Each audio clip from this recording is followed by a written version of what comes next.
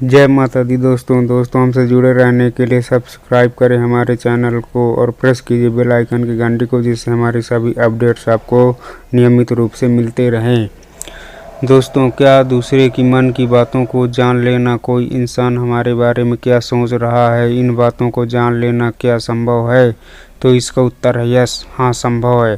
अगर आप भी यह सब सीखना चाहते हैं तो इस वीडियो को बहुत ही ध्यान और समझ के साथ देखिए और इस वीडियो में जो प्रयोग बताए जा रहे हैं उनके बारे में अभ्यास करने की कोशिश कीजिए। तभी आप किसी के मन की बात समझ पाएंगे, महसूस कर पाएंगे। वैसे ये सब बातें आपको कोई बताएगा नहीं, क्योंकि ये बहुत सारे एस्ट्रोलॉजर जो ज्योतिषी हैं वो यही सारे प्रयोग करके आपके मनोभावों को जान लेते हैं। आप जैसे ही उनके पास जाते हैं वो पहले ही आपके मनोभावों को पढ़ना शुरू कर देते हैं। आप अपने बारे में उन्हें थोड़ा बताते हैं और वो आपके बारे में बहुत कुछ बता देते हैं। तो आपको लगता है कि यह ज्योतिषी तो बहुत चमत्कारी है, इन्हें हमारे भूतकाल के बारे में, हमारे भविष्य के बारे में सब कुछ पता है।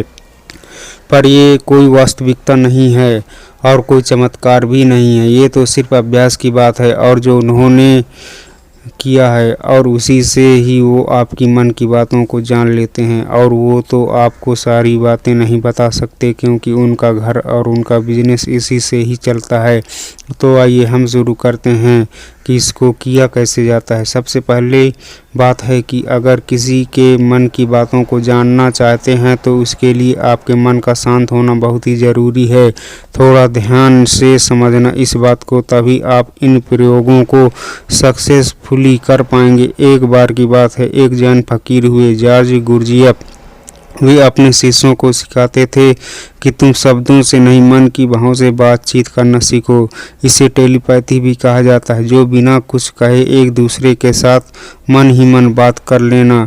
कई बार आपके महसूस किया होगा कि जब आप किसी के बारे में सोचते हैं और वो इंसान आपके सामने आ जाता है या उसका फ़ोन आ जाता है, कहीं ना कहीं आपके मन की बातें उस तक पहुंच जाती हैं और उसके मन की बात आप तक पहुंच जाती हैं। वो जो जैन फकीर थे अपने सारे शिष्यों को एक प्रयोग सिखाते थे कि तुम अपने आप को एक कमरे में बंद रखो और एक भी शब्द नहीं बोलना है, किसी से कोई बात नहीं करनी है। सबसे पहले तो तुम अपनी वाणी को शांत करो। जब तुम्हारी वाणी शांत होगी तभी तुम्हारा मन शांत होगा।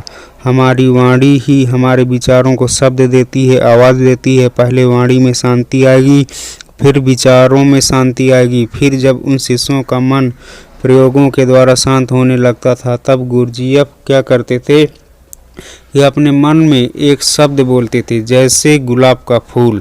और जब तक वो शब्द उन शिष्यों को सुनाई नहीं देता था तो गुरजियफ सभी शिष्यों को बार बार उसी शब्द की सुनने की प्रैक्टिस करवाते रहते थे। जब तक उनको वो शब्द सुनाई ना दे, वे अपने मन में कोई शब्द बोलते रहते थे और वे शिष्य उनके शब्द को आसानी से सुन लेते थे।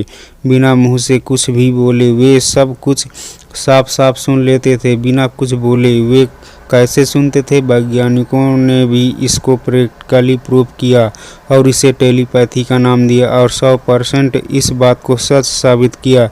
आपने कभी मनोवैज्ञानिकों को देखा होगा, वे किसी के चेहरे को देखकर, उनके हाव भाव को देखकर उनके मन की बातों को जान लेते हैं, उनके बिना कुछ कहे। कि इस मन की शक्ति योग के बल पर जो योगी लोग होते हैं वे चींटियों के पैरों में बंधे घुंघरू की आवाज़ तक सुन सकते हैं।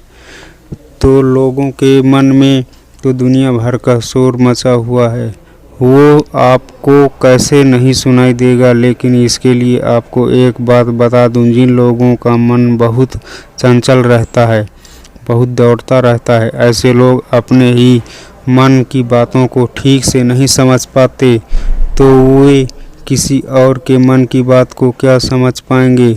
मैंने एक कहानी सुनी। एक बार की बात है, एक लाउसी नाम के फकीर थे।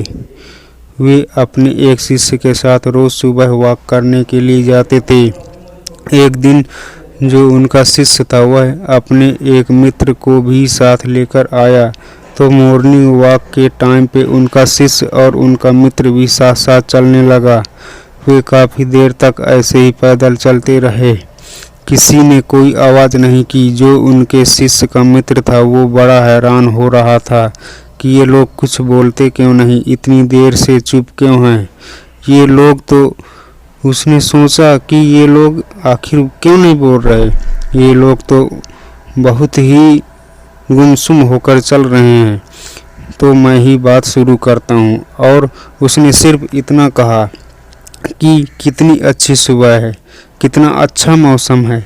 तब लाओसी ने अपने शिष्य से कहा कि कल से तुम अपने मित्र को बिल्कुल भी लेकर मत आना, क्योंकि ये बहुत ही शोर मचाता है।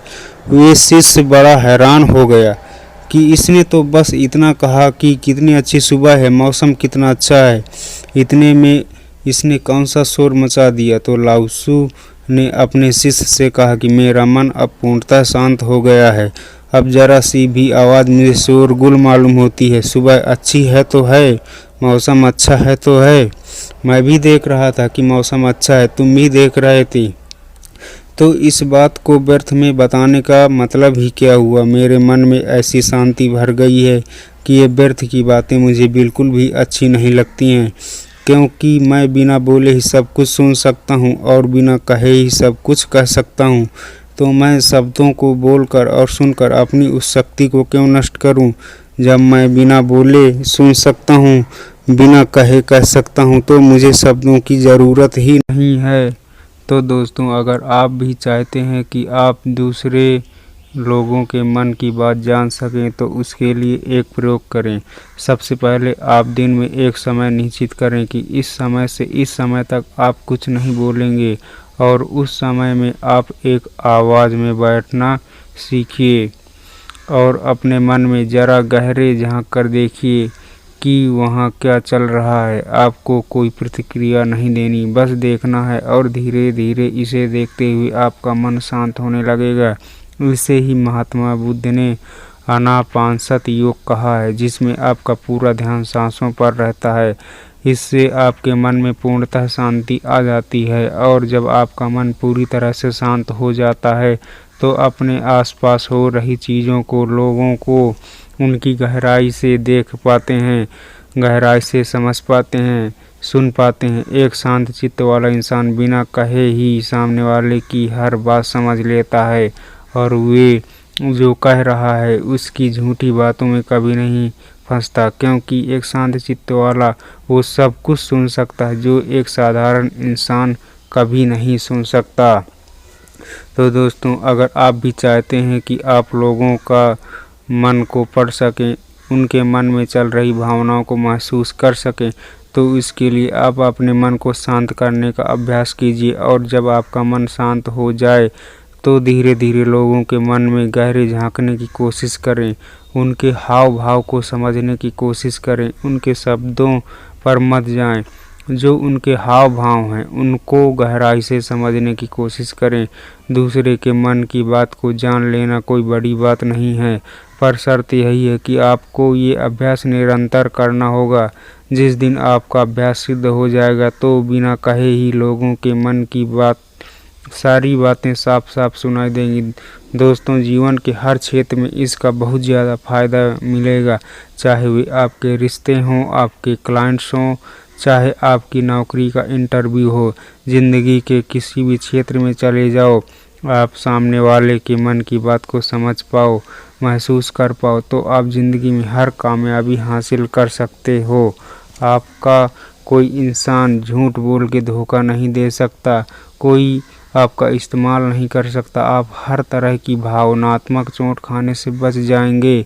और मैं आपको बता दूं कि ये प्रयोग एक ही दिन में सिद्ध नहीं होते, इनमें थोड़ा समय लगता है, बहुत ज़्यादा समय तो नहीं, परंतु कुछ महीनों के अभ्यास से ही आप किसी के भी मन की बातों को आसानी से जान लेंगे।